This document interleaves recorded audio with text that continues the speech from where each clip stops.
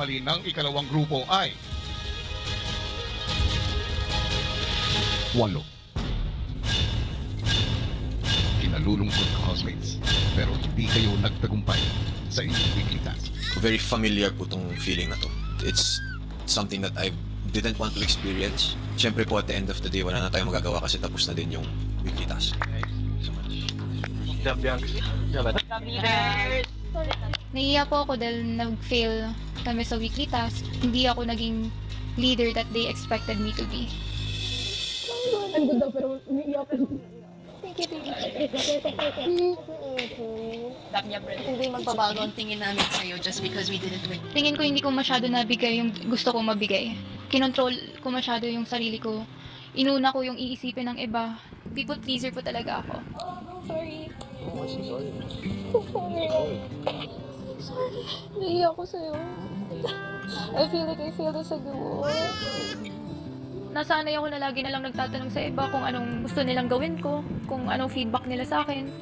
Alam mo, Ezzy, kung mayroon mang tao na dapat unang magtiwala at magmahal sa'yo, ito ay walang iba kundi ang iyong sarili. Be kind to yourself and embrace your uniqueness. Thank you po, Kuya.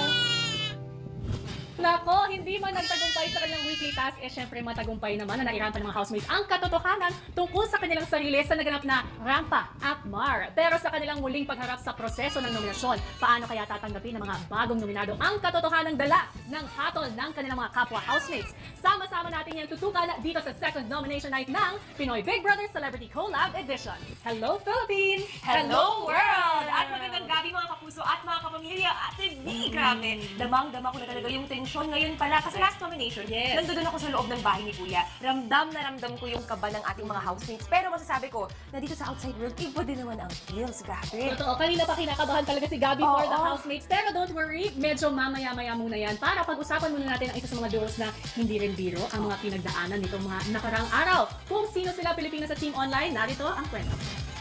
Sa nagdaang duo formation task, parehong nahirapan sina Mika at Bianca. So hard! At sa huli, silang dalawa na rin ang naging bagong magkaduo matapos maunang makapili ng ibang housemates na mas nakakuha ng maraming puntos sa task.